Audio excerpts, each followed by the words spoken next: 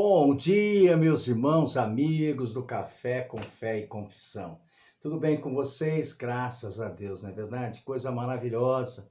Tivemos um culto abençoado, né?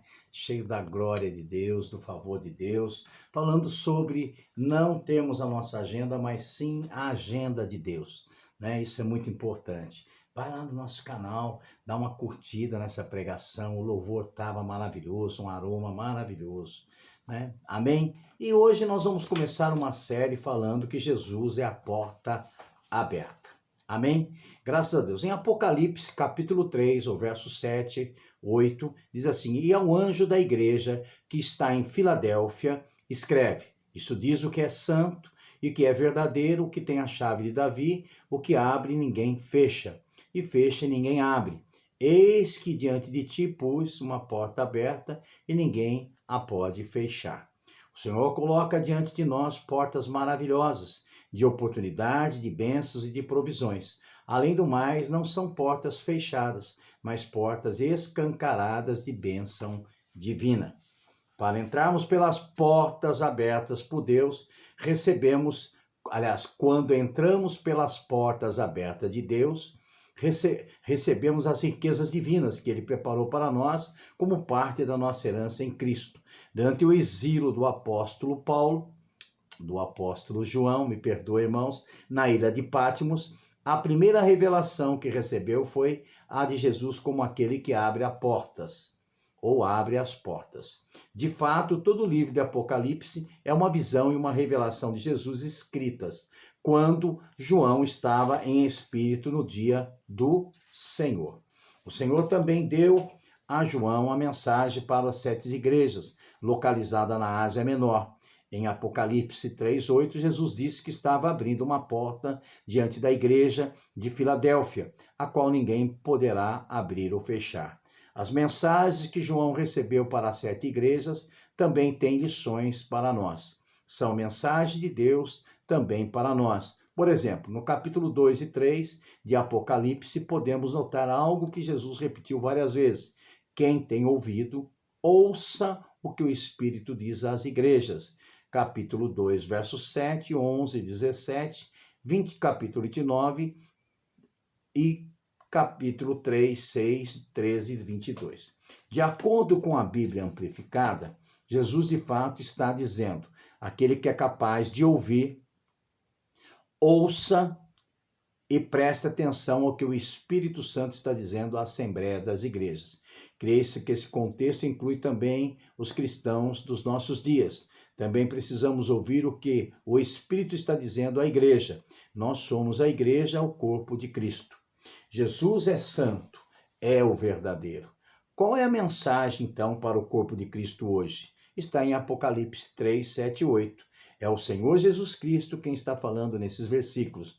Sabemos que Ele é, porque o versículo 7 diz: Isto diz o que é santo e o que é verdadeiro, o que abre. Jesus é o único que se qualifica como santo e verdadeiro. Ao dizer isso, Jesus faz uma descrição de si mesmo, revelando-nos seu caráter, como é o seu caráter.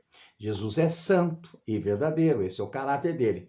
Tais qualidades são aspectos do seu caráter. Portanto, a primeira coisa que Jesus revelou sobre o seu caráter em Apocalipse 3:7 é que é santo e verdadeiro.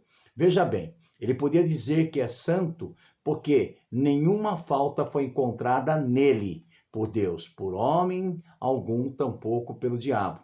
Também veremos porque Jesus podia dizer que é verdadeiro. Deus não encontrou nenhuma falta em Jesus.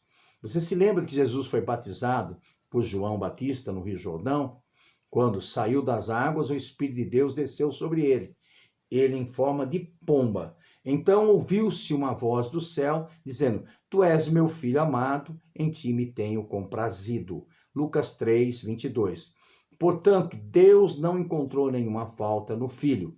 De fato, o Deus Pai afirmou que estava contente com Jesus. Deus falou novamente sobre seu Filho em outra ocasião.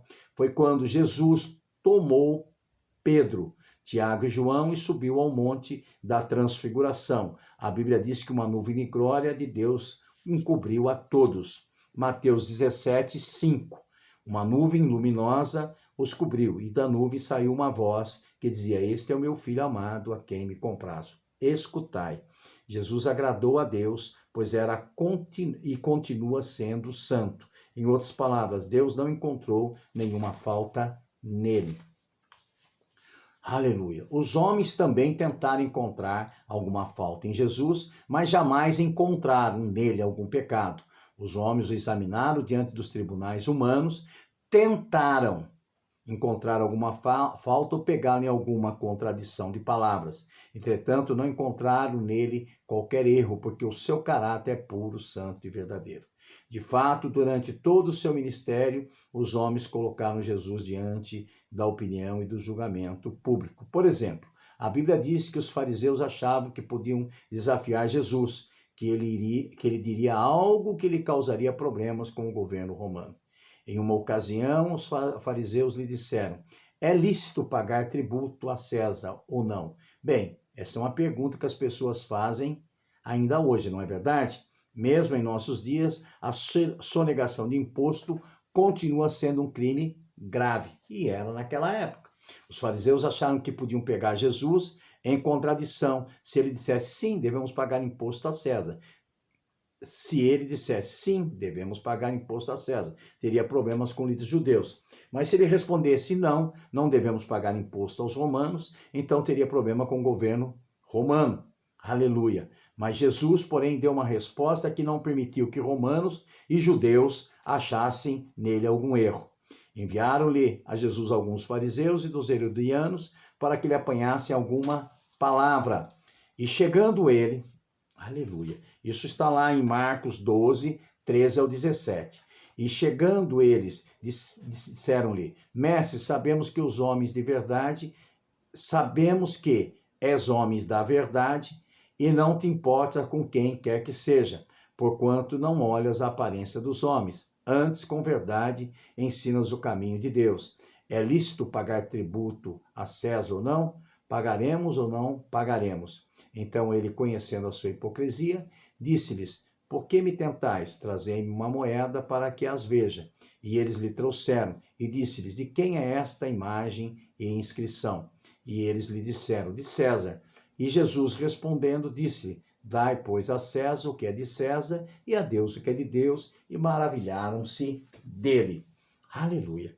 Veja bem, os fariseus pertenciam a uma seita religiosa mais severa e mais zelosa daqueles dias, mas nem eles puderam encontrar erro em Jesus. O Evangelho de Mateus 22 diz: Eles, ouvindo isso, maravilharam-se e, deixando-se, retiraram. Jesus, o Santo, não podia ser apanhado em qualquer erro. Foi a vez, então, dos saduceus, tentarem apanhar, que está lá em Marcos 12, 18, 27.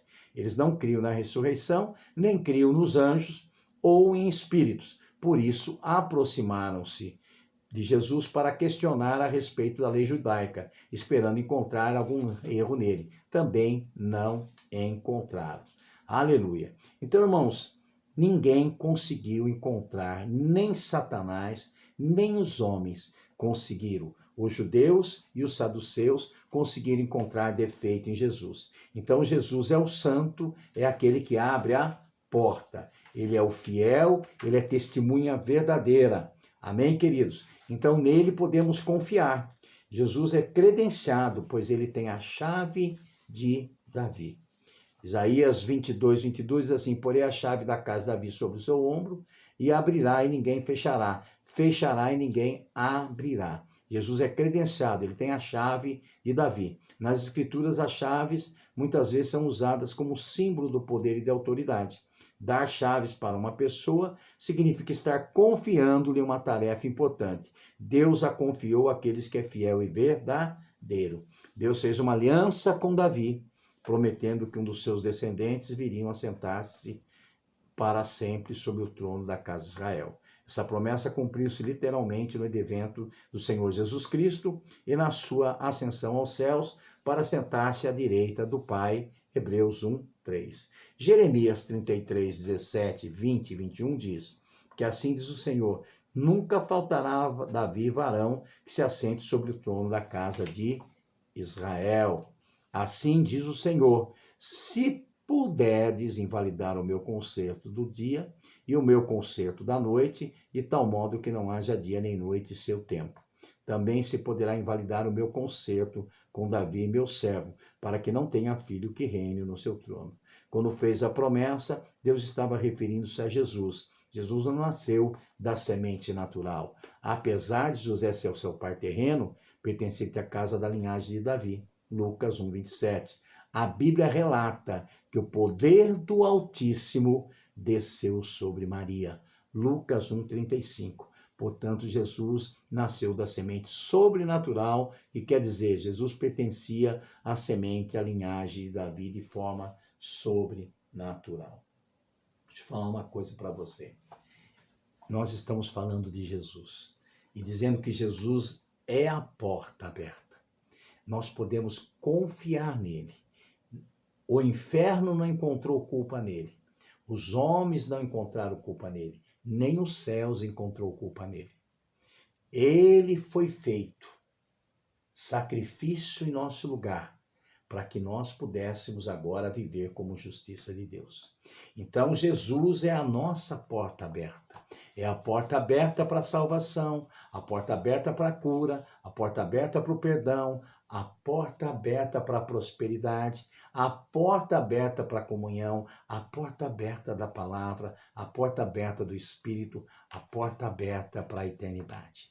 Viva uma vida de alegria, pois Deus te deu uma vida abundante. Viva assim, cheio da glória, cheio do favor de Deus.